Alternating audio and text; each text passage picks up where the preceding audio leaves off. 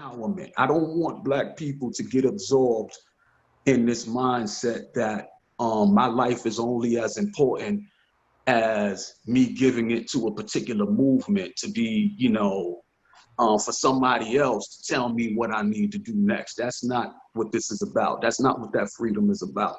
Even though, when you begin to use your life in the best way that you can use it, you will most certainly be attracted to other people who are on that same mission, and that person being at their best, connecting with you at your best. Now, y'all are doing something significant, but you should never feel that as an individual that your life means nothing unless it's being used by anyone else. You should never feel that way. I agree. Mm-hmm. So let's talk about reparations.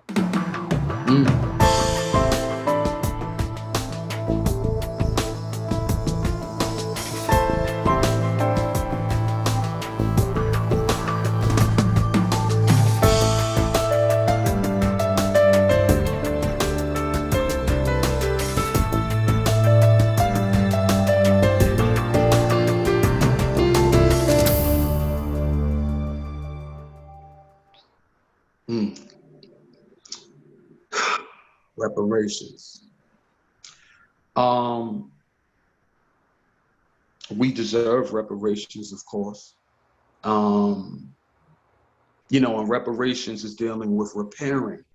The root word of, reparations is dealing with repairing something, an injury, that was done to you and done to us, Black people in America are the only group that has suffered something as horrendous as being enslaved, and is the only group on this planet who is still,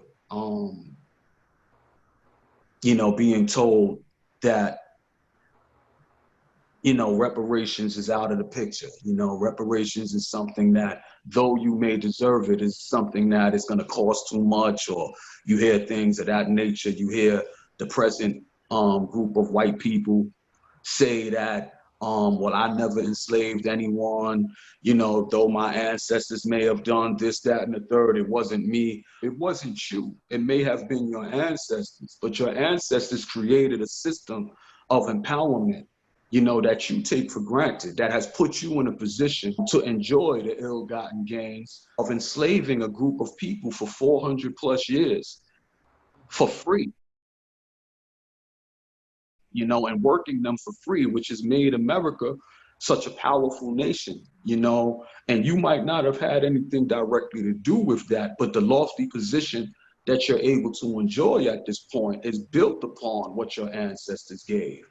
The mud pit that our people find ourselves in today comes as a result of what you did to our ancestors.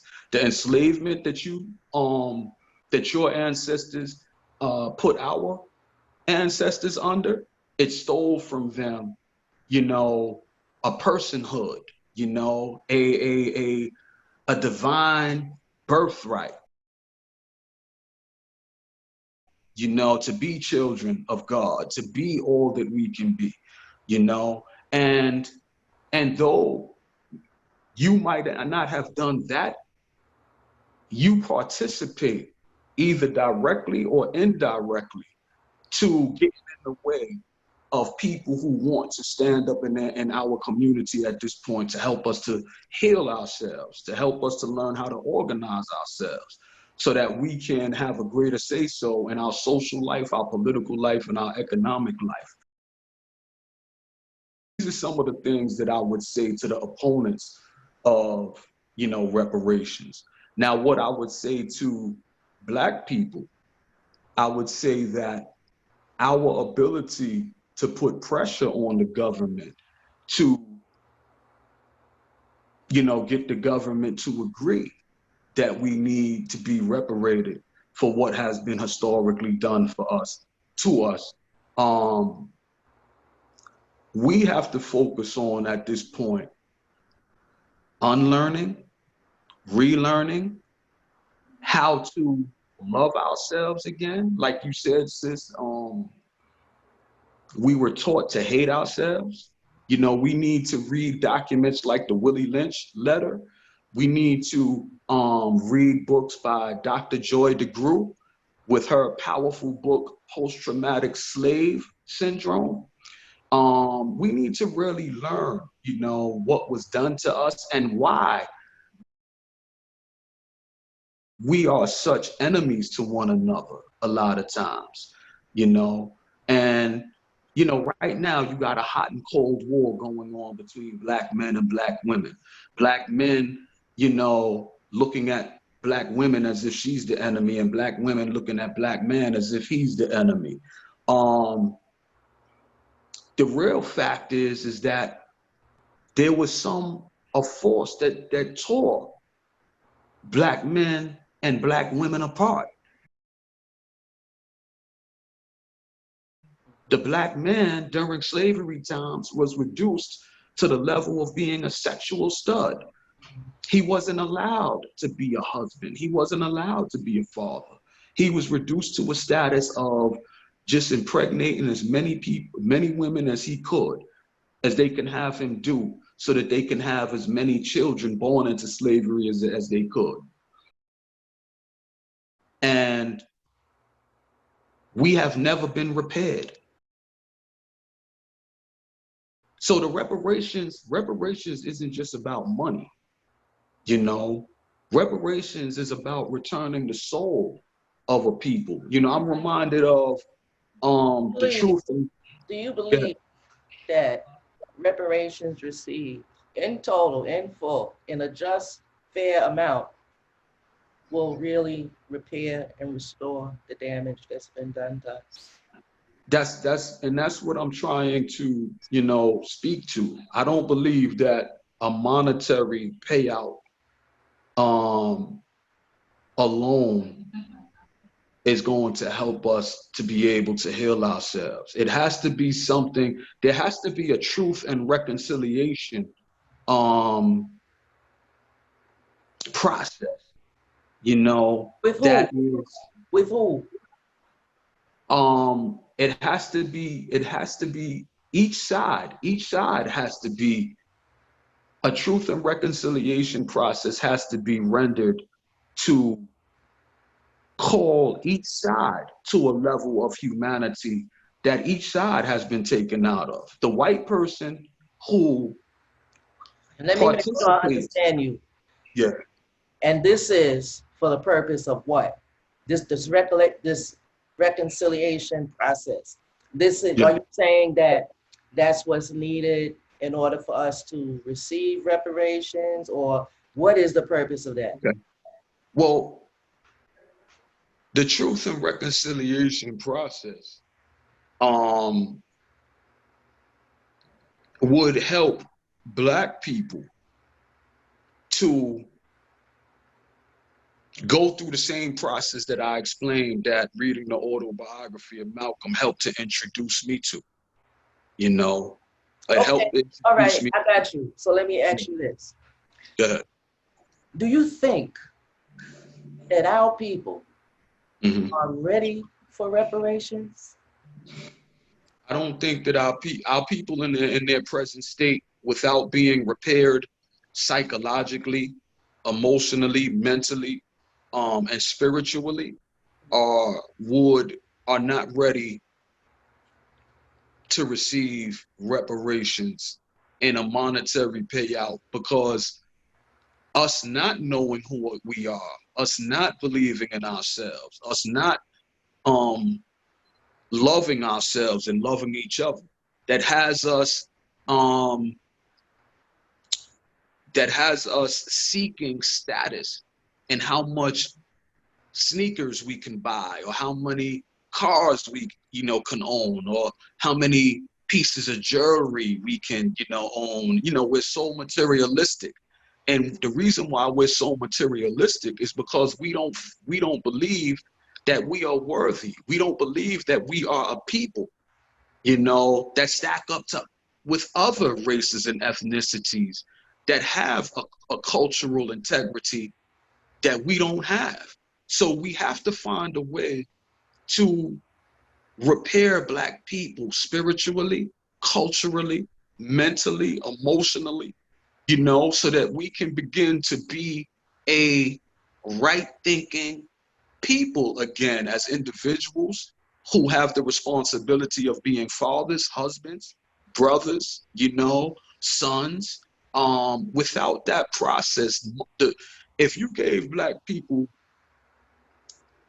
a payout of $1 trillion on September 1st, I would say by October 1st, 95% of that $1 trillion would be right back in the hands of, you know, wealth, you know, rich and wealthy corporations and car dealerships. And, um, you know, that money would fly through our hands the same way money flies through our hands right now. Good. Some people are actually trying to use that as an argument as far as why reparations Yeah. shouldn't Yeah. be given, you know. But I just wanna try to qualify the question, you know, Yeah. say if are Black people ready for reparations? Um, Yeah. what I mean is you can look at our collective fight concerning reparations, and for me, you know, that alone indicates whether or not we're ready for reparations. To me, it indicates not only that we're not ready, but that we don't truly believe that we're even owed all of that. Mm. You know, for the simple fact that we don't have a clear understanding of the wreckage and the harm and the damage that was done, you know, beyond maybe our own existence here in this country. Beyond Mm-hmm. maybe current present day racism, murders by police, and a couple of, you know, 1960s civil rights flicks we saw, you know, pictures of hangings and things like that, because we're not that deep into the suffering of our people since being brought over here, you know. Mm-hmm. And I feel like knowing how our people are, you know, we the type of people, if somebody owe you some money, they're gonna pay you what they owe you, or it's a problem. Okay? Mm-hmm. So when you look at our people collectively, you know, and you say you aware, you socially aware of slavery, you socially aware of the political climate today and how they are consistently trying to destroy us, prevent us from being, you know, self-sufficient, all of that. How can you be truly aware of the degree to which that is being done and have a fallback position concerning some money that's owed to you behind what they did to your ancestors and continue to do today, particularly if you right now in this current day situation and circumstances, you living underneath oppression and poverty, you know, you don't even know how you're gonna make it day to day, weeks to week, and you on some chill back, easy mode concerning all of this stuff that's owned to you, not just money, but land. You know, how is it we haven't risen up, you know, and collectively demanded, y'all got to pay us what y'all owe. Okay, it's no wait, what? It Because has to. when you look at, it boggles my mind because when you look at, you know, how they just scooped all our men up off the street, got them locked up.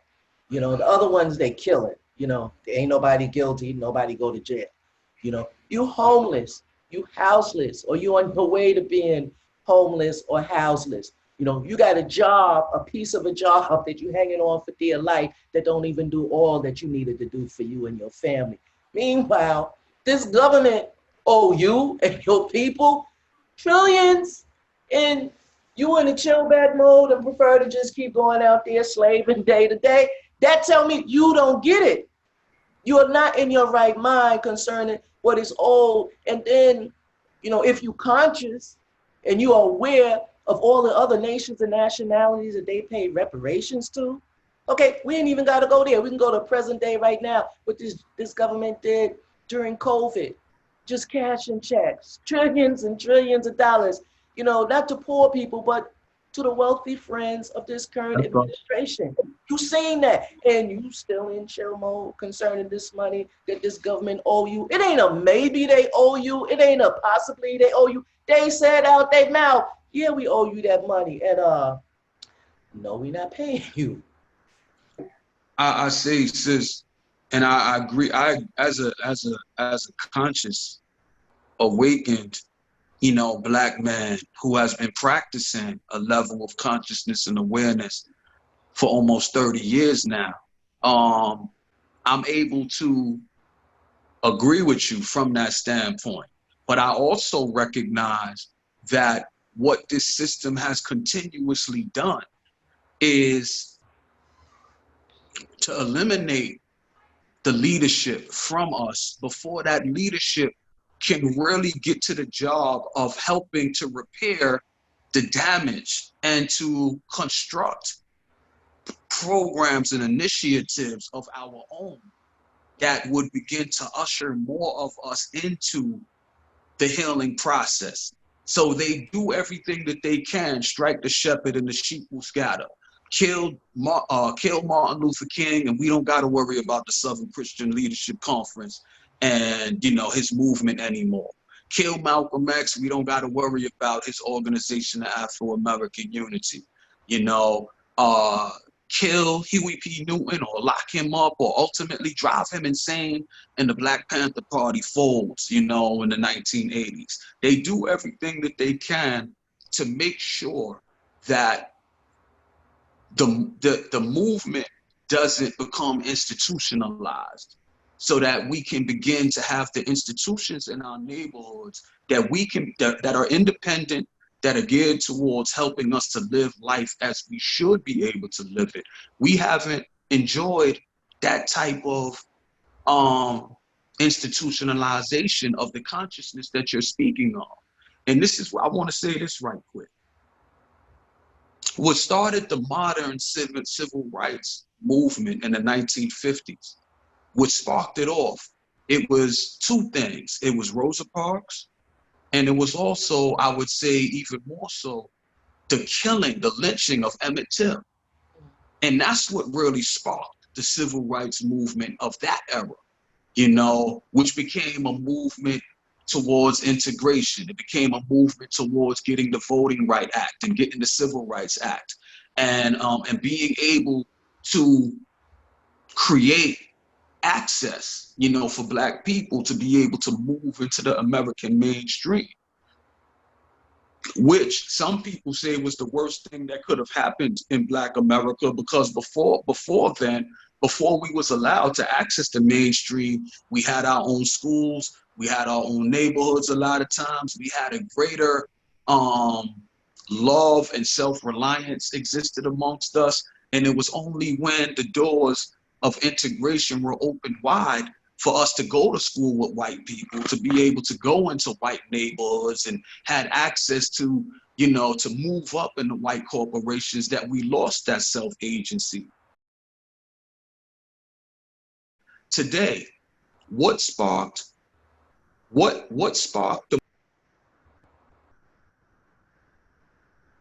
call it a movement, what sparked the modern day movement, that has created the whole Black Lives Matter and the marching and all of these types of things?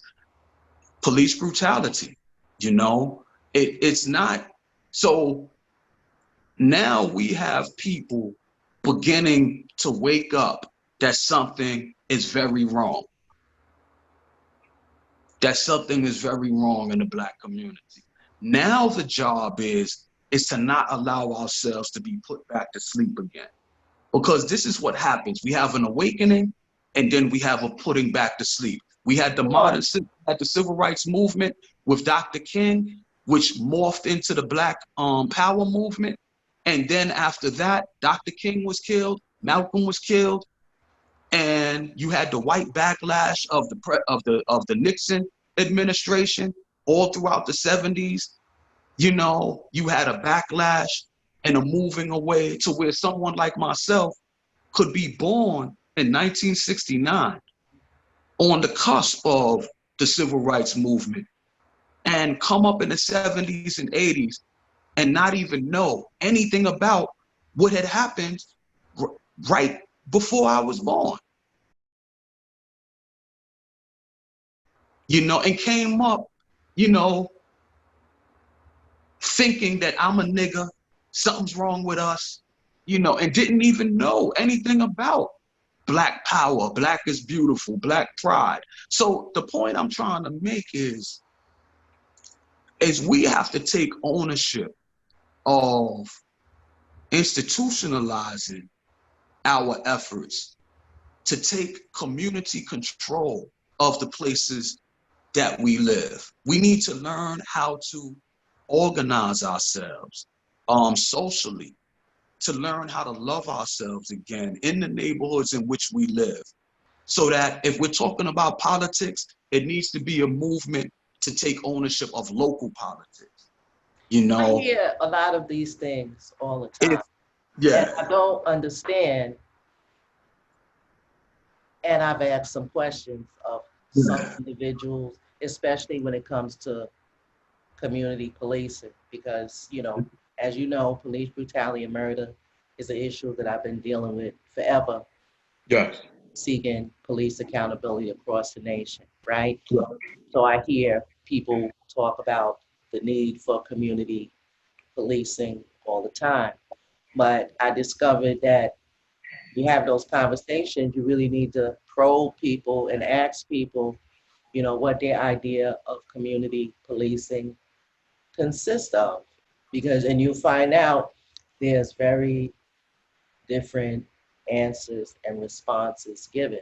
My main two questions that I asked is, are you talking about community policing in addition to police, where you have basically, like a patrol outfit in your community that patrols the neighborhood, and, not armed, but, patrols the neighborhood and addresses, things that they're able or equipped to address?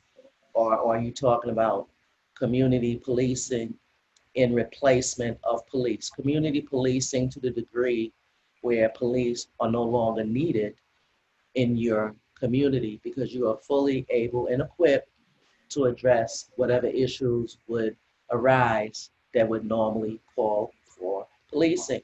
And the answers that I've been given is vague. I'm in support of community policing, but not like a patrol group.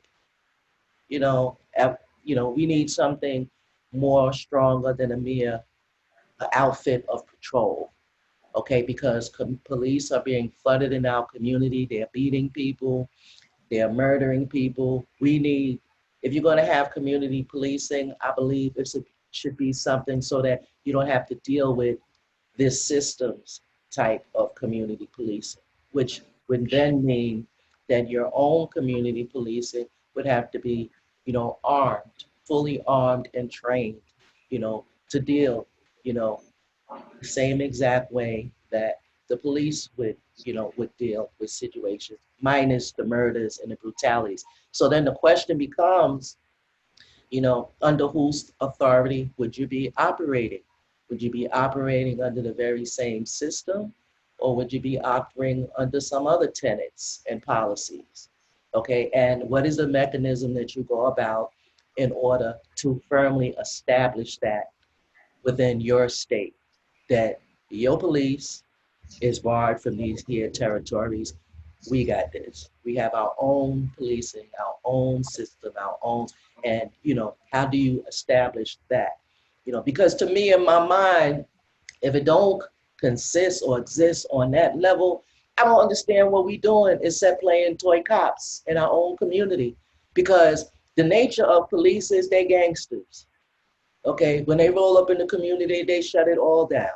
Okay, so if you don't have comparable force or comparable ability to stop that, or prevent that from intruding upon you, because you can go ahead and you can establish yourself as we are community policing in this area, But when police roll in there, do you have the power to make them fall back up, or to prevent them from coming in there? If you don't, then again, I don't know what you're talking about, because they are sanctioned, empowered, armed, and they run up into places legally, unlegally, and do what the hell they want. So if you're talking about community policing, what the hell are you talking about for real, for real? If not toy cops, pretending to be doing some community policing. Because at the end of the day, police ain't gonna listen to you. So you set up here in this community and you say, we are the community police here of this community.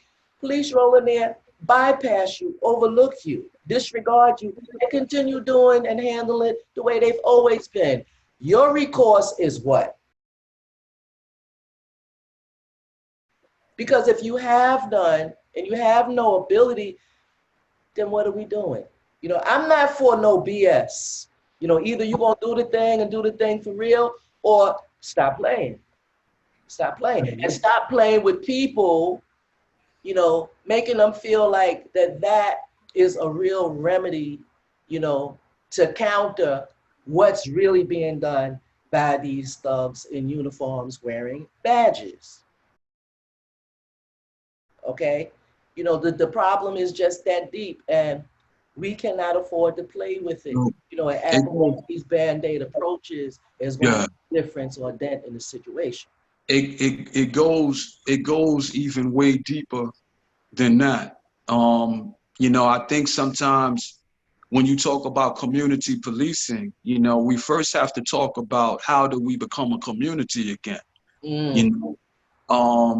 Because if some of us who want to begin to organize, to build righteous communities that exist on a moral, principled basis, where everyone is expected to strive to participate in getting themselves right, and not holding on to any former customs of delinquency, niggerism, self-hatred, parasitical behavior, sucking the blood of your own people, taking advantage of little children, or knocking up the elderly upside their heads. Like if we really get serious in the neighborhoods that we live in, and considerable numbers of us begin to call for us rebuilding community, we're going to find that it's not only the police, or it's not maybe even primarily the police that we're going to have to stand up against. We're going to find that there are a lot of people living amongst us that don't want to get right, don't want to act right, and don't want to participate. And we got to be honest enough to say that some of us have been corrupted, spoiled rotten, and presently don't want any better, and we can't make any excuses for, we can tell the truth and shame the devil who put together the system that corrupted and destroyed, our people, for the lack of knowledge.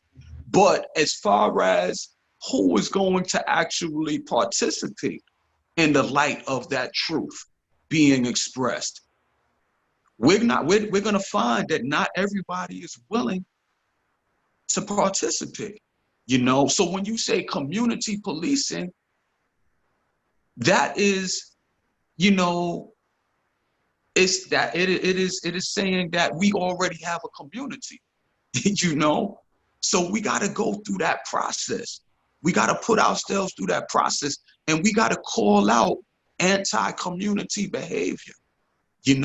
We have to set standards of what makes a man in good standing, what makes a woman in good standing. We got to call out and establish proper parenting techniques and how to support one another like we used to have it. We used to have community, even as late as the late 70s. even though we had our problems, we still had remnants of what a community used to be. You know, when I was growing up, parents looked out for other parents. You could knock on the neighbor's door for sugar. You know,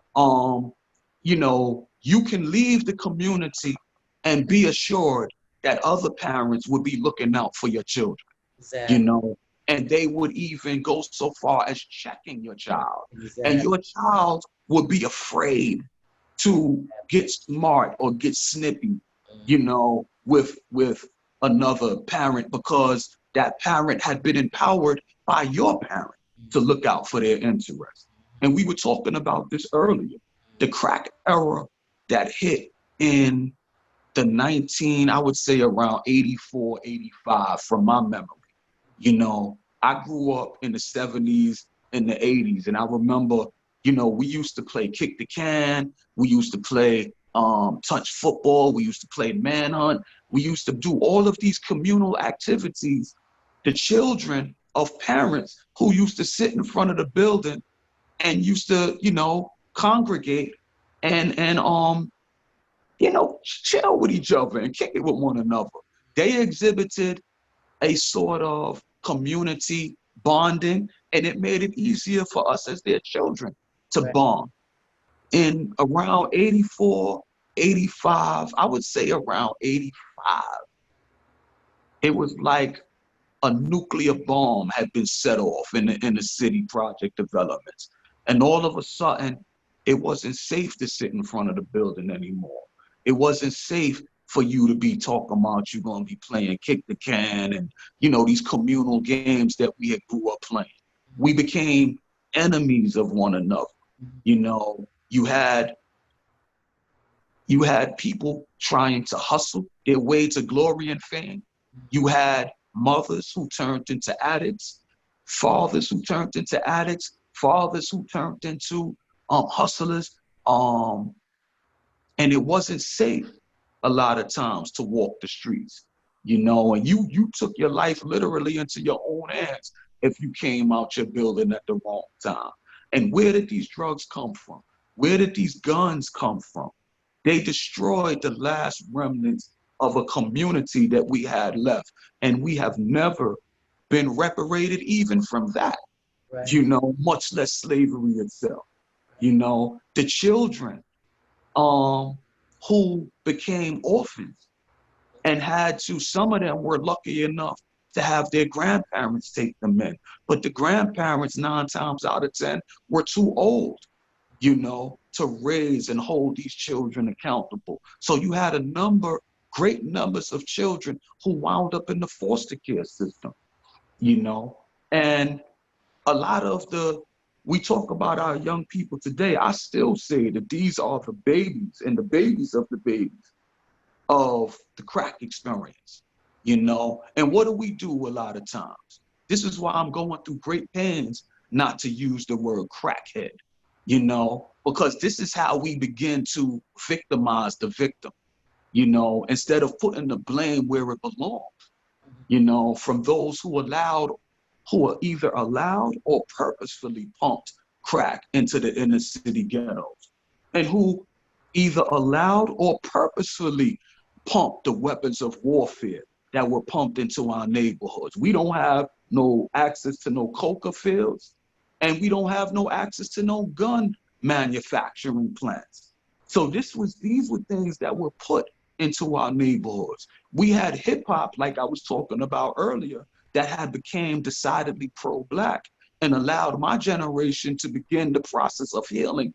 But then the architects, the people in the music industry who had with their contracts of multi-million, you know, the ability to sign people for millions of dollars, you know, they saw what was happening. They saw us being politicized. And instead of allowing a community to be politicized and returned back to their fathers and their mothers, they came in with their gangster rap, you know, niggas with attitudes. And that took us away from what was happening that helped me to get my mind right. you know, and the subsequent generations after me were destroyed through hip hop, you know, promoting misogyny, you know, the use and abuse of our women and making that cool, you know, and songs being pumped out where we used our rhythm and our verbal, you know, ability, you know, to create rhymes and lyrics that talked about killing and murdering, you know, and calling each other niggas and bitches. There's no other racial, ethnic group, cultural group in the world that glorifies its own self-destruction, that will purposefully use words and phrases, you know, that denigrate them and use it as if, you know, that this is the best word that was ever created. Nobody else calls themselves Spicks. Nobody else calls themselves WAPs or Mix or whatever. You know, we are the only group that it is purposefully. This community can never have a redeeming leadership that helps to redeem them, that helps to clean them up, that helps to straighten them up so that they can become independent. They can never have that. You know, J. Edgar Hoover in the late 1960s said we have to prevent the rise of a black messiah, you know, that can bring together all of the black nationalist groups. We have to prevent that. The same way Caesar, you know, was looking for, according to the scriptures, the Messiah being born and put out a decree that all of the firstborn children had to be murdered.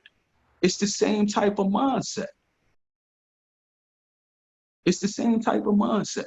The same way that Moses had to be, you know, sent out of his mother's care, you know, so that the firstborn children, the firstborn males couldn't be killed according to the scriptures. It's the same mindset that they use to try to make sure that black men can never be men. You know, I would say to the community, read a book called New Visions for Black Men by Dr. Naeem Akbar, where he talks about the process where when a male is born, the male is just a male physically, you know, and it's supposed to be able, under the right circumstances, where you have a father and mother, and particularly a father in the household, a male is supposed to be trained so that the male becomes a boy. The boyhood is the cocoon for the butterfly, you know, the adult butterfly or the adult male to blossom into being able to be a man in its fullness. But they do everything that they can to retard that growth so that a male remains a male or a boy and is never able to psychologically, emotionally, spiritually become a man.